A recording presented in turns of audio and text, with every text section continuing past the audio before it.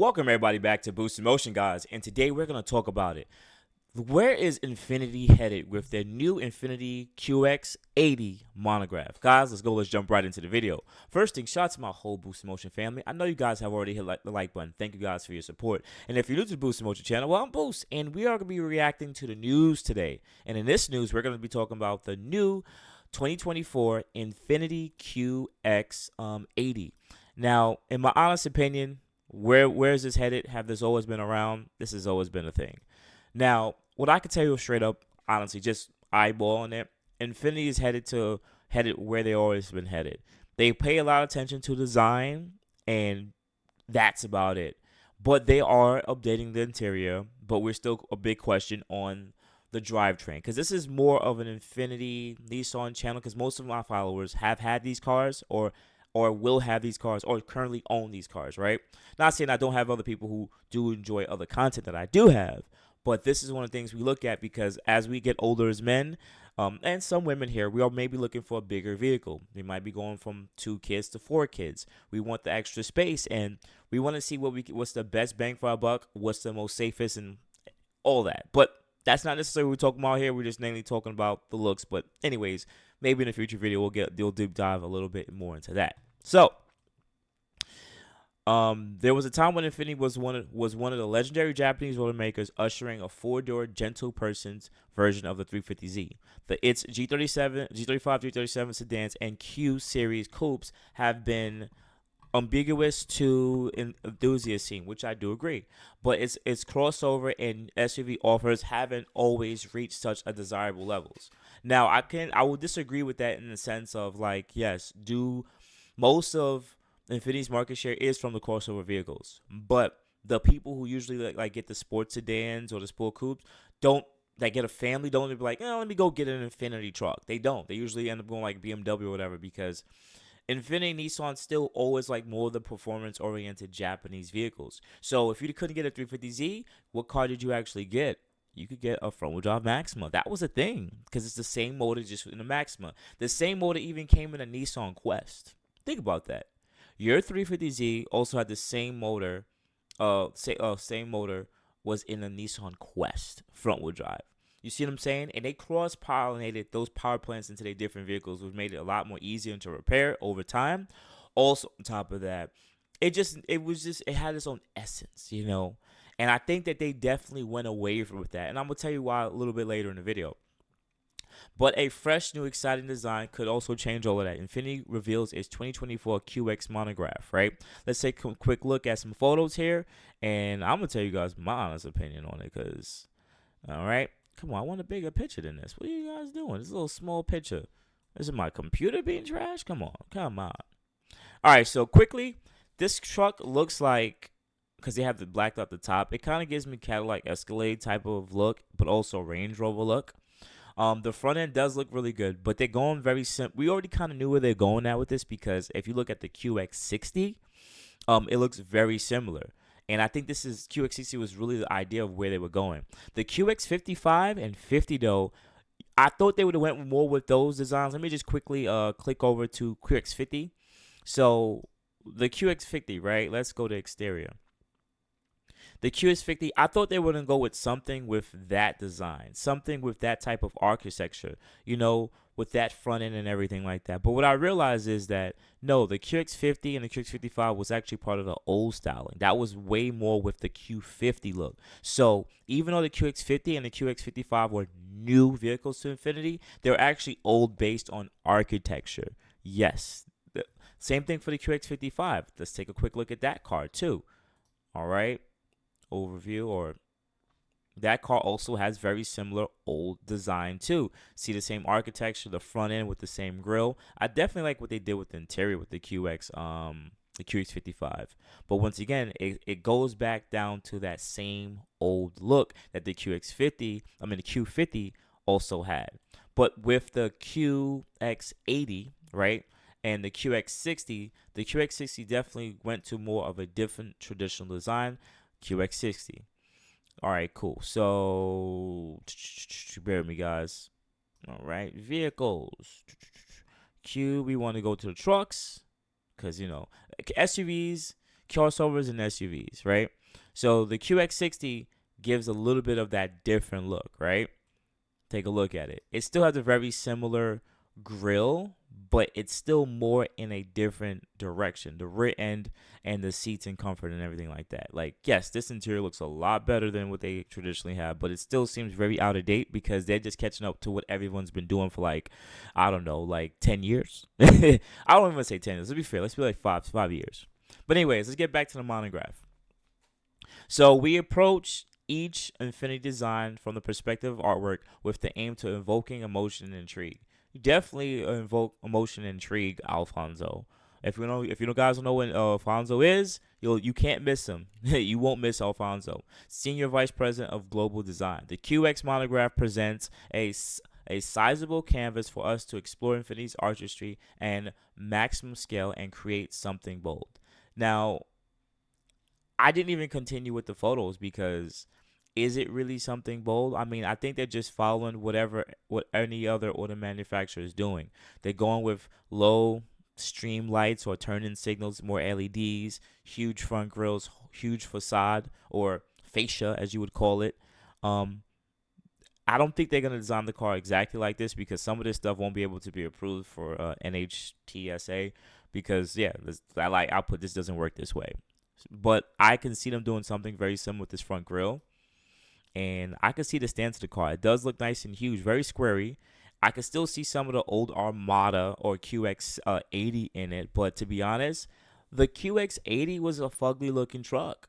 The same thing for Armada. It was very a fugly looking truck. No disrespect to the people who owned it, but like other than the last gen, like the last generation where they actually think they got it right, better on looks, before then it was a fugly looking truck. It was fugly, you know? But the stance, the stature of this looks really good. The angles, I like it. The tail lights looks very similar to what like Audi is doing right now. So that's what to me is like, okay, cool. But they have changed up the infinity symbol and what the infinity actually means. So I realized that they also are now spacing that infinity out a lot more. And the symbol itself, maybe we'll go to an article quickly on that after this to talk about it. Because we want to talk about it. Look, that looks pretty nice. The recessed door handles. I don't think they could do that because they had it on the GTR for years. You press on the other part and it clicks out. I still don't like the ergonomics of it. It's still not very useful. I really just definitely don't. I dislike it unless they make it electric. But it's Infinity. You might freak around and die. The battery dies and now you can't get in your car. Ugh, that's gonna be a funny situation. Anyways, let me stop ranting, guys. Let me just more continue to it. By shaving down the door handles, the QX monograph has a smooth finish and a purposeful move to disascent with the emphasis the formerly boxy shape. It's still boxy, guys. But proportions of the QX monograph were arguably the most important part of the design. Infiniti said, inspired by Japanese design, the master of the empty space. What was that? Usoro represents seamless transition, and kabuko, which translates provocative and extraordinary. Infinity wanted to reinterpret the QX80 shape. Okay, they keep talking about looks. I'm gonna keep moving forward because at the end of the day, we didn't even get to power plant. The red highlights. Okay, the red highlights continue. Okay, I don't care about this. The Boxy QX platform has undeniably received a strong but legacy honoring makeover, even if we don't know how much about its mechanics. Given the QX 80's bones, the burly 4.8, 5.6 may be present, though the evolutionary rhetoric means Infinity may opt for a more modern power plant. You see, and that's where we pretty much leave the guesstimate in, right? Additionally, being based on Infinity's flagship means that special edition won't be cheap, especially considering the QX 80's nearly 75,000 sticker price. Infinity has not yet to reveal its price, production numbers, or delivery date, but we suspect this model will go upwards of 80 grand, especially if the interior is characteristic draped in cushy leather. Now, I think the interior is going to go very similar to what the QX60 looks like. It's going to be something similar to this, right? But to be honest, the QX60's interior, look at this. This is Maxima interior. This is Maxima's interior. I'm being honest with you, right? But here, go look at QX55, right? We're going to talk about it. Remember, This is where I thought Infinity wanted to go with their interior. This is where I thought they wanted to go with their interior. Because I was like, okay, cool. You're going to have two kind of screens again, everything recessed in the dash, and the dash wasn't digital. But I was like, okay, this to me was an updated interior. I actually like this interior.